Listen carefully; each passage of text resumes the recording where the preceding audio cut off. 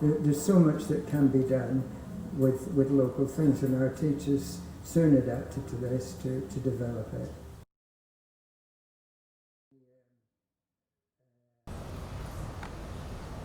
The Family Secretary for Women, Children and Poverty Alleviation, Ms. Jennifer Poole, Madam Secretary. The representatives from the Fiji National Council for Persons with Disabilities. The President and Board of the Frank Hilton Organization.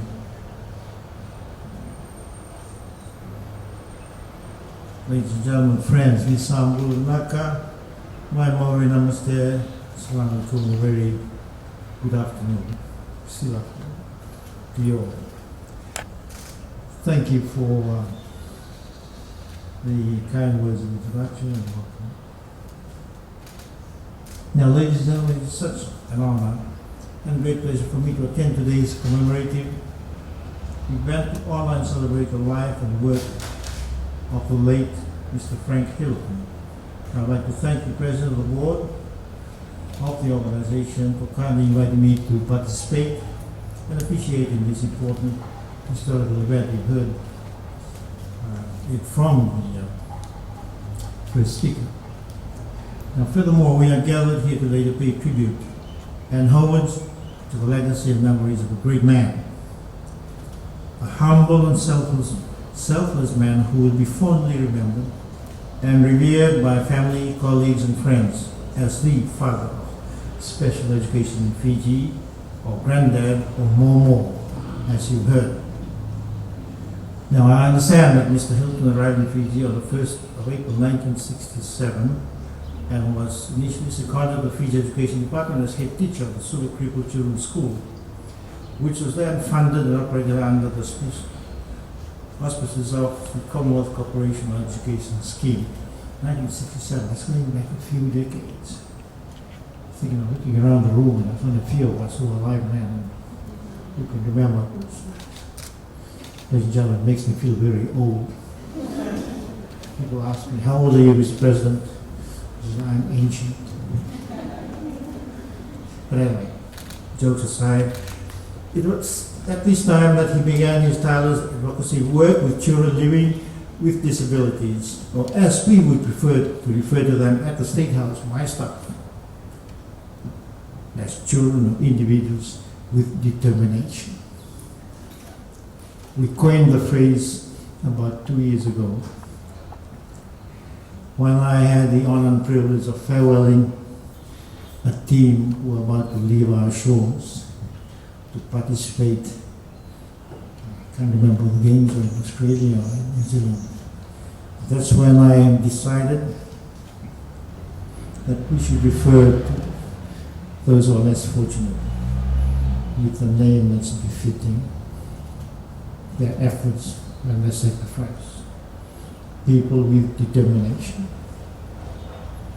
Now, ladies and gentlemen, Mr. Hilton's entire work were mainly focused in his passion to ensure that these children receive the appropriate education and training to improve their self-confidence and physical capabilities, to enable them to enjoy life to their full potential and be successful and productive members of their respective families and the community at large.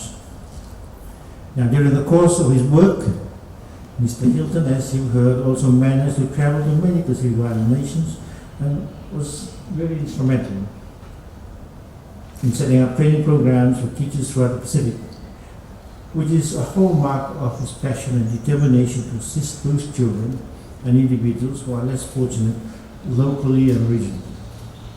Now, ladies and gentlemen, the name of Frank Hilton within the education and service provider organizations in the Pacific is today synonymous with disability advocacy.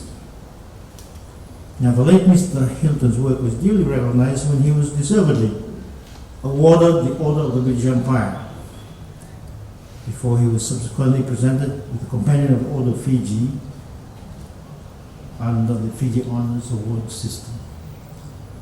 Now, as your President and Head of State, please allow me at this juncture to refer you briefly to the provisions of Chapter 2, the Bill of Rights, Section 42, subsection 2 of our Constitution, which reads, "A person with any disability has a right to reasonable adaptation of buildings, infrastructure, vehicles, working arrangements, rules, practices, or procedures to enable their full participation in society and effective realization of their rights."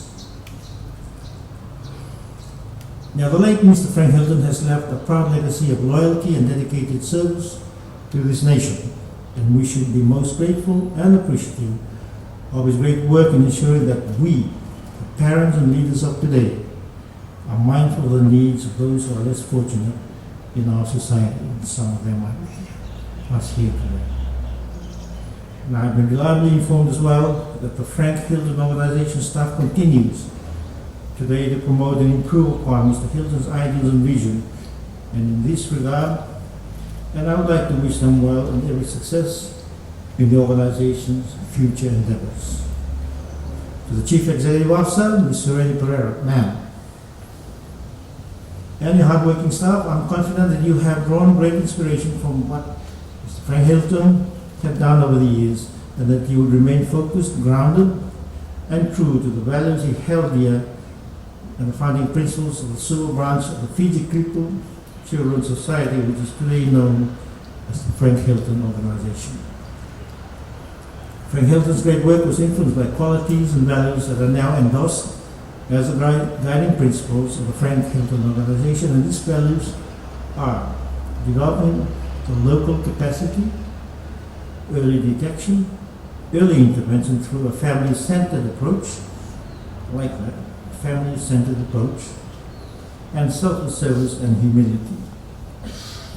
At the core of the Frank Hilton Foundation vision and psyche is the drive and pursuit to educate, empower, uplift, uphold our children who have limitations, or children with determination, so that they can live and enjoy a normal life like their contemporaries. Now, ladies and gentlemen, it would be remiss of me if I do not also commend and thank government officials, Attorney General, Honorable Minister, Ministry of Economy, Honorable Minister, Ministry for Women, Children and Poverty Alleviation, and the Honorable Minister, Ministry of Education, National Heritage and Arts, for the respective ministries' contributions to the organization over the years in support of its purpose and course.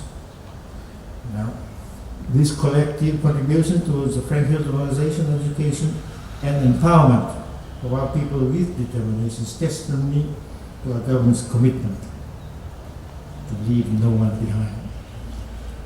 Now, ladies and gentlemen, in conclusion, I would like to acknowledge and commend the tireless efforts of the organizing committee members for this afternoon's successful and historic celebration of the life and contributions of a good man and a servant of the people.